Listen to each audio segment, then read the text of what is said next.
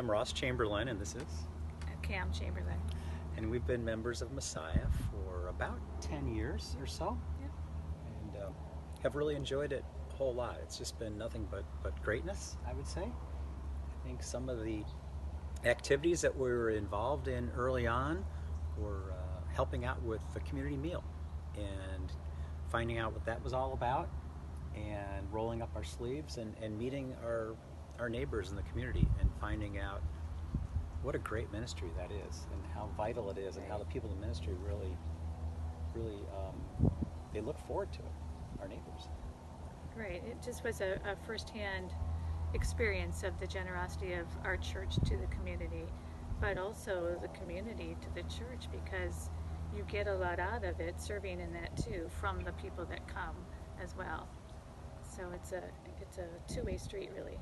Yeah, very much an outside the wall, outside the building ministry, which the more and more I think about it, the more and more important that is.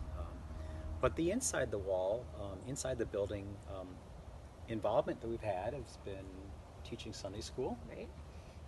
Which you do great at. Yeah, I think I learn more than the kids usually. So Yeah. that's one of the reasons for teaching. Not the only reason, but certainly I can learn a lot by preparing to teach them about the lesson as well. So. Yeah. And I got involved in church council and a few committees, and I think it's great. I think it's something everyone should probably do to really fully understand everything that makes the church run. It's not just Sunday mornings that make the church run. It's 24/7, and we've got just incredibly talented staff. And the more you get to relate with the staff and the council members, that you really understand what it takes to make the church run, and just how wonderful a place Messiah is. And it's just, I think, really hammered home how much we enjoy it. And I think through that we've seen the generosity of the church, through the programs, through the missions. Yeah. And then I look back on our lives, like pre-Messiah even, that people who have shown their generosity to us, they've kind of paid it forward, and we didn't really understand it at the time. People that gave us a little boost up spiritually to help us get through the last 35 years or so. Yeah. Probably one of the most memorable ones, I guess, was when I was going through cancer treatment. Just had a lot of support from Messiah, but outside of Messiah too, from the school I taught at. They were just amazing. So those are the things that you don't always think of when you think of generosity, but those are the things that really support people through hard times in their lives. And so that's another benefit of Messiah and other churches and communities as well. Yeah, absolutely. And I think that generosity is an ongoing thing, in that 2 generations ago there were probably people at Messiah and every other church that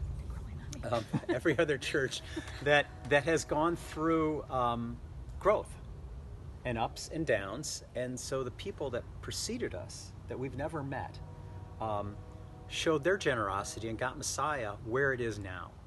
And so that we all grow into that phase as we're able to make Messiah an ongoing legacy going forward for our kids and grandkids, so that it will be a strong, vibrant church, and the ministries will keep on growing.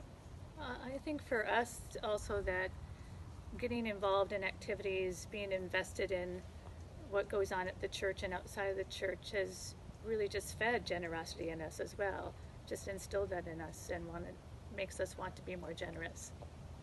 Yeah, I think some people look at contributing and supporting the church as an obligation, or as just paying a bill. Well, it's so much more. It's that it's something that I look forward to doing, as opposed to the electric bill or the water bill that comes and goes, oh gosh, I can pay it.